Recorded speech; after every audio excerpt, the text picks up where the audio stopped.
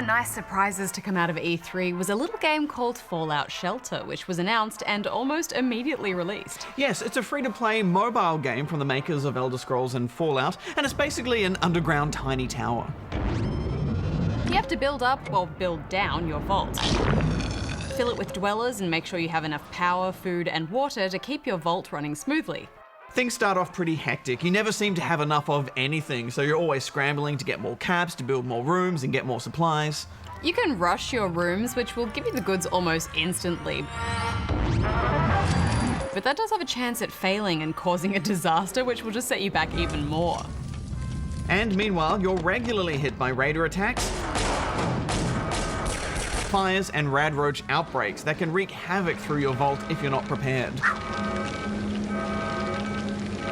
Luckily, you can resurrect dwellers that bite the dust. Your vault's dwellers also have their own special stats, and each room has a particular stat that it requires for efficient operation. The more efficient a room is, the quicker it'll produce the goods. Hex, I thought this game was at its best early on, where there's all that chaos and you're scrambling around trying to get everything running. But once you do get everything running, I just found that it ran out of steam. Yeah, and there's not really any end game to speak of. If you can be bothered, then you could try and fill up your vault to the maximum 200 dweller capacity, I guess. But once you've got everything in a nice balance, it seems sort of pointless. Yeah, and I found myself actively avoiding letting people have babies and letting other people into my vault just because I didn't want to have to deal with another mouth to feed. I think the only real end game is if you want to try and collect everything or train up your dwellers and max out their special stats. That way you can send them off into the wasteland and they'll collect some of the best gear in the game while your vault will just be cranking out the goods like crazy.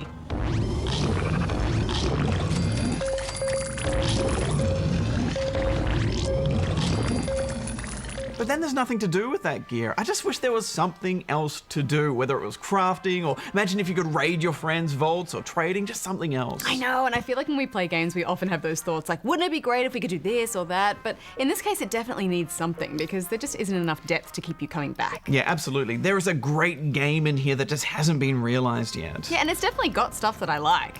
The base building is satisfying, and that Fallout charm and humor is great. The way your dwellers have little conversations with each other. And just the way weird kind of disturbing stuff happens so naturally. Yeah, like how dwellers' babies get a stat boost based on their parents' stats, which means you end up with designated breeders. But it wasn't long before I realised that people of the same family won't get on with each other, which is frustrating, but probably for the best. Yeah. Or how the bishop outfit gives you a boost to charisma, so that's good for attracting mates, but then all of my male breeders ended up being bishops.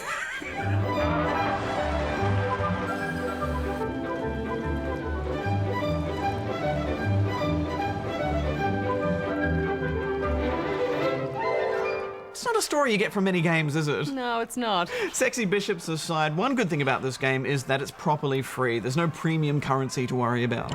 Rushing rooms doesn't cost anything. And buildings get built instantly, so it doesn't use typical mobile mind games to get you to spend real-life money. Of course, you can spend money if you want, though, on lunchboxes. Each box has 4 cards, which reward you with anything from extra resources, weapons, armor, or special dwellers. So they can be useful, but you can also complete challenges to earn them for free, so I never felt the need to spend any actual money on them. It is a bit sad that we have to commend a mobile game for not being a manipulative rip-off. Well, that's the world we live in, Barjo. Indeed.